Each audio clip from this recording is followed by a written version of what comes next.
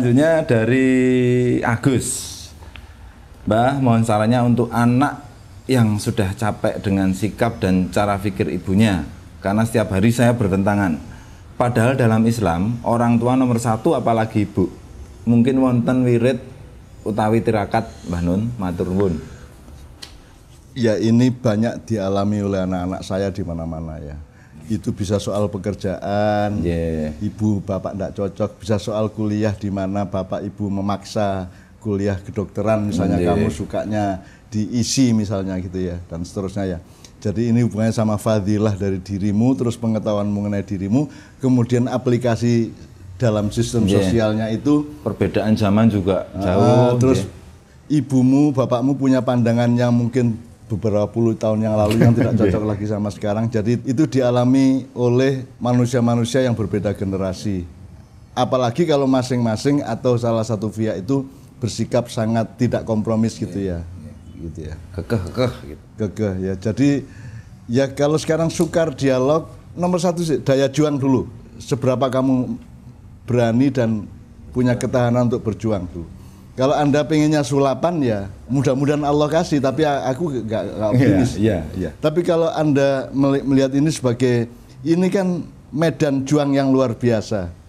Dan di situ menguji Anda itu pendekar yang kardionya seberapa, staminanya seberapa ya. Perang setiap hari. Harusnya tiap hari.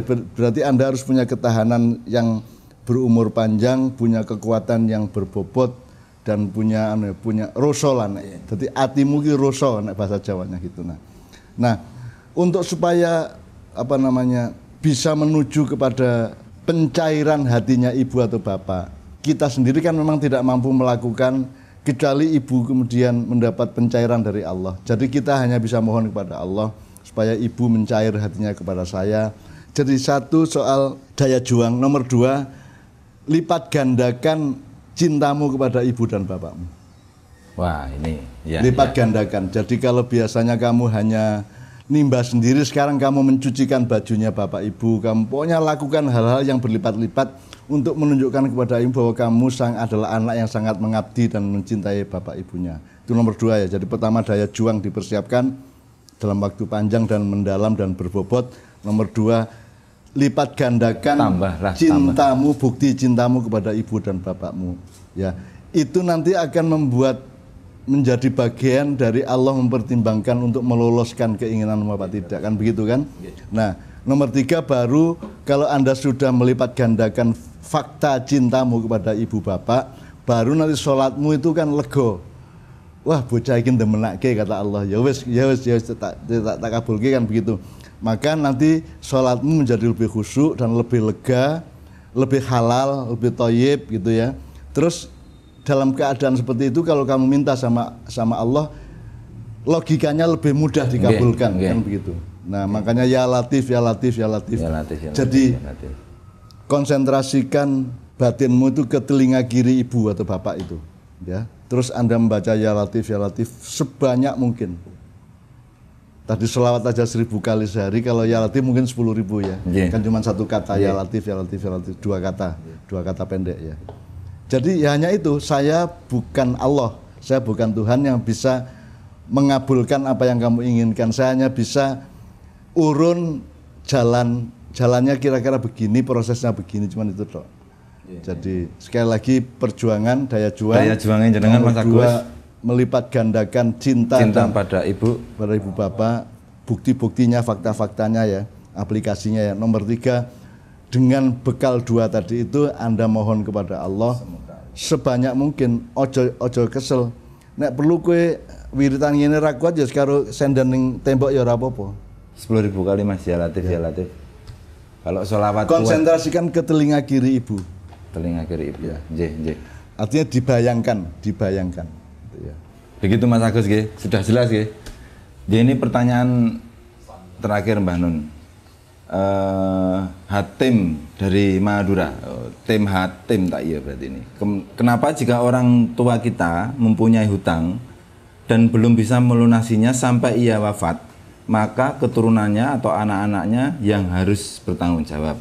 Padahal kan saya tidak tahu apa-apa. Wah, jadi bocah opo guys. Oke, saya respon 3 poin ya. Yang pertama, kenapa kalau Bapak hutang terus meninggal, terus saya yang harus bertanggung jawab anak-anaknya? Karena kalau Bapak punya warisan juga ke saya.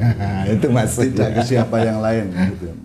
Nomor 2, andaikan tidak ada kewajiban dari agama atau budaya atau apapun, kan ada jawaban dari nuranimu, dari hati nurani kita. Mosok bapak saya meninggal punya hutang saya tidak bayar? Emang saya manusia tidak punya derajat, tidak punya martabat? Kalau saya kan malu dong. Saya itu kan tidak usah diwajibkan oleh hukum, oleh agama, oleh apapun. Itu akan muncul dari rasa, dari hati nurani kita yang terdalam, bahwa kita bertanggung jawab terhadap apapun yang menjadi hutang dari bapak saya kan begitu. Itu kan setiap orang tidak usah pakai apa-apa, cukup dengan hatinya aja kan, karena harga diri, karena rasa malu, karena tanggung jawab, karena apapun saja. Tapi pokoknya itu muncul dari hatinya. Nomor 3, itu kan sama dengan saya. Saya 15 bersaudara itu mewarisi hutang luar biasa banyak, yang seandainya pun saya dan 15 saudara saya itu bekerja tingkat tinggi pun dalam waktu 2-3 tahun tidak akan bisa membayar hutang itu. Nah, apakah kami 15 orang yang terus bekerja? Enggak, kami hanya satu, ikhlas kepada apa yang harus kami tanggung. Nomor 2, kita meneruskan apa yang memang wajib kita kerjakan. Kan kita sudah tahu sejak awal Allah nyuruh apa, kita kerjakan aja. Nanti kan yang bisa bayar hutang kan Allah. Allah akan menolong kita, gitu loh. Asal kita memang legowo, kita ikhlas. Lah ya memang masa utangnya bapaknya, bapak saya tidak ikut tanggung jawab. Jadi saya ikhlas terhadap tanggung jawab itu. Nomor 2, saya kerjakan saja dari Cak Fuad, Cak Mif, saya dan adik-adik saya dulu. Ya sudah mengerjakan, diteruskan, saya terus nulis, Cak Fuad mengajar, Cak Mif mengajar dan seterusnya. Nanti ada saat di mana Allah akan pelan-pelan menolong kita dan akhirnya beres kok semua utang itu. Tapi syaratnya bukan punya duit, syaratnya adalah Anda mengambil tanggung jawab itu dengan ikhlas, tidak hanya karena hukum atau karena agama, tapi karena rasa malu Anda sendiri, karena tanggung jawab nurani Anda sendiri dan seterusnya kan gitu. Ya, seharusnya kalau saya ya malah bangga Mas, misalnya utang tinggalannya orang tua itu harusnya malah kebanggaan seorang anak gitu nggih Mbak? Iya, gitu. Itu kan membuat ayah kita tentram di kuburan, rohnya bapak kita menjadi tenang dan seterusnya. Itu bukan hanya tanggung jawab terhadap orang yang menghutangi, tanggung jawab kita kepada ketenangan hidupnya bapak di alam berikutnya itu kan. Saya kira itu pertanyaan orang yang tidak berasal dari hati nuraninya, tapi pertanyaan dari orang yang malas bertanggung jawab dan menolak tanggung jawabnya gitu kan. Ini kan pertanyaan dari orang yang mau nongkone tidak mau pulute ini, Mbak. Iya. Iya, mau warisannya tapi tidak mau utangnya gitu. Jadi begitu sudah 11 pertanyaan saya bacakan dan dijawab Mbah Nun. Banyak hal yang bisa kita pelajari, jadikan bahan renungan, menambah bahan kita berpikir, ngobrol sambil ngopi-ngopi, sehingga kita bisa tambah ilmu, kita tambah imun di masa pandemi ini, dan kita doakan Mbah Nun selalu sehat, selalu bisa menemani kita terus, panjang umur, dan semoga doa itu juga memantul kepada kita semua. Matur nuwun. Assalamualaikum. Terima kasih anak-anakku semua. Assalamualaikum warahmatullahi wabarakatuh. Waalaikumsalam warahmatullahi wabarakatuh.